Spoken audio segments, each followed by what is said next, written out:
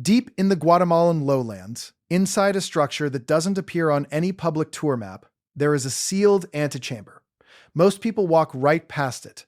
It looks like a collapsed storage annex. Unremarkable, overgrown, easy to ignore. But hidden inside it is something that shouldn't exist. 14 stone tablets, carved, stacked, dated by independent radiocarbon analysis to approximately 3100 BCE, nearly 1,000 years before the earliest known Maya writing system was supposed to exist. Not a myth, not a metaphor. 14 physical objects sitting in a Guatemala City archive right now, largely untouched by the academic mainstream. Here's where it gets strange. The tablets, cataloged under reference PAC UNAM GT 2019 C7, were recovered near Aguada Phoenix in Tabasco. The site formally published in Nature in 2020 as the largest and oldest known Maya monumental structure, dated between 1000 and 800 BCE. These tablets predate even that by over 2,000 years. Inside what has been called a 5,000-year-old Maya ceremonial complex, someone buried a written record long before the Maya were supposed to be writing anything. If this kind of investigation compels you, subscribe right now. We publish discoveries the academic press quietly buries every single week. The tablets were first surfaced by Dr. Elena Rivas, a structural archaeologist on the PACUNAM survey, after ground-penetrating radar returned anomalous readings. A void, 4.2 meters by 2.8 meters, sealed with an engineered clay and limestone composite, found nowhere else at the site. Dr. Rivas submitted her preliminary report in late 2019. The follow-up excavation permit was delayed twice, then rerouted through a different ministry. The radiocarbon samples sent to the University of Texas at Austin came back confirmed, 3,100 to 2,900 BCE. And then the report went quiet. For decades, scholars dismissed early pre-classic carvings in this region as symbolic decoration. But that explanation has a problem. These tablets don't look like decoration. They look like documentation. 3 of the 14 contain repeating symbol clusters that 2 independent epigraphers have compared to Proto-Elamite notation from ancient Iran. Not similar in general style, not inspired by it, the structural density of the sequences is the same. That comparison has never been formally addressed by a major academic institution. Now, the first clue. It sounds poetic until you realize what it's actually describing. One tablet carries a phrase loosely translated as the mouth of the sleeping hill where the first count began. Mainstream interpretation. A cosmological creation myth. Standard.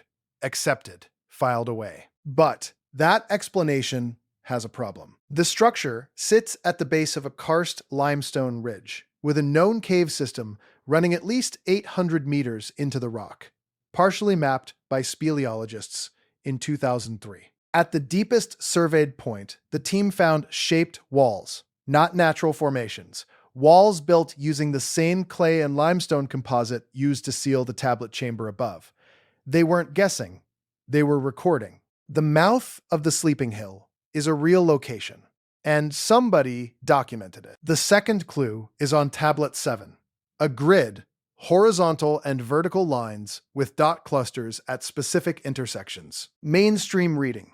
Agricultural land division map. Practical. Logical. But when the proportions are scaled against NASA SRTM satellite elevation data, the layout matches the topographic contour lines of the Usumacinta River Basin to within a 4% margin of error. That is not a coincidence you achieve accidentally. That is the result of sustained, multi-generational cartographic observation. Then there is tablet 11, the most contested of the 14. 23 dot clusters arranged diagonally across the face of the stone. 3 separate astronomers, none in contact with each other, independently calculated that the sequence matches the visible positions of the Pleiades star cluster as observed from 15 degrees north latitude in approximately 3000 BCE. Precession of the equinoxes shifts star positions across millennia. Reproducing that alignment precisely requires not one generation of observation. It requires many. They weren't myth-making. They were mapping the sky, the terrain, and something beneath the ground, simultaneously in the same archive. Then, modern science found something that changed everything. In 2022, a team from UNAM applied muon tomography to the karst ridge above the tablet site, the same scanning technology used to image cavities inside Egyptian pyramids. At 34 meters depth, the scans returned a rectangular cavity approximately 12 meters by 8 meters, with what the team formally described as anomalous material density consistent with stacked, dense objects. The report was published in a minor geology journal. It received 11 citations, none from mainstream archaeology. Now, does this prove the most extreme version of the story? Probably not. The tablets may represent an isolated scribal tradition that emerged earlier than the accepted model allows. Extraordinary, but not automatically civilization overturning. The astronomical reading on tablet 11 could be retroactive pattern recognition. Those are fair objections. But here's what the skeptical position cannot explain. The sealing compound was sourced from an unidentified external location. Somebody transported engineered material specifically to seal that chamber. That is not symbolic behavior. That is institutional behavior.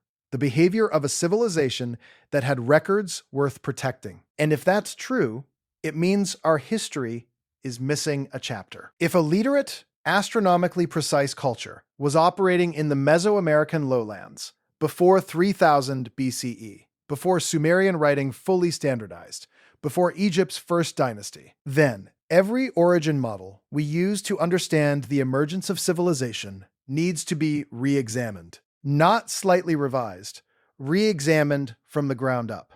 Because the assumption has always been that writing, astronomy, and monumental engineering arose in parallel, independently, across disconnected regions, at roughly the same time. These tablets suggest one of those origin points may reach back further than anyone has been prepared to acknowledge. One question has never been answered publicly. Dr. Rivas gave a single interview after her excavation permits were blocked. She said, and this is a direct quote, "There are more chambers. The radar showed more than one." She has not spoken publicly since. The tablets remain in a storage facility in Guatemala City. Catalog reference PAC UNAM GT 2019 C7. The cave beneath the ridge is unexcavated. The rectangular cavity at 34 meters has not been accessed. The karst ridge still stands at the jungle's edge, unmarked on any map a visitor would ever receive. It was sealed, it was mapped, and then it disappeared from the conversation. If this investigation moved you, hit like and subscribe. It's the only way this channel can keep bringing you the discoveries that academic institutions leave on a shelf. And if you want to go further, the next video on this channel covers another sealed structure in the same river basin and what sonar found buried directly beneath it.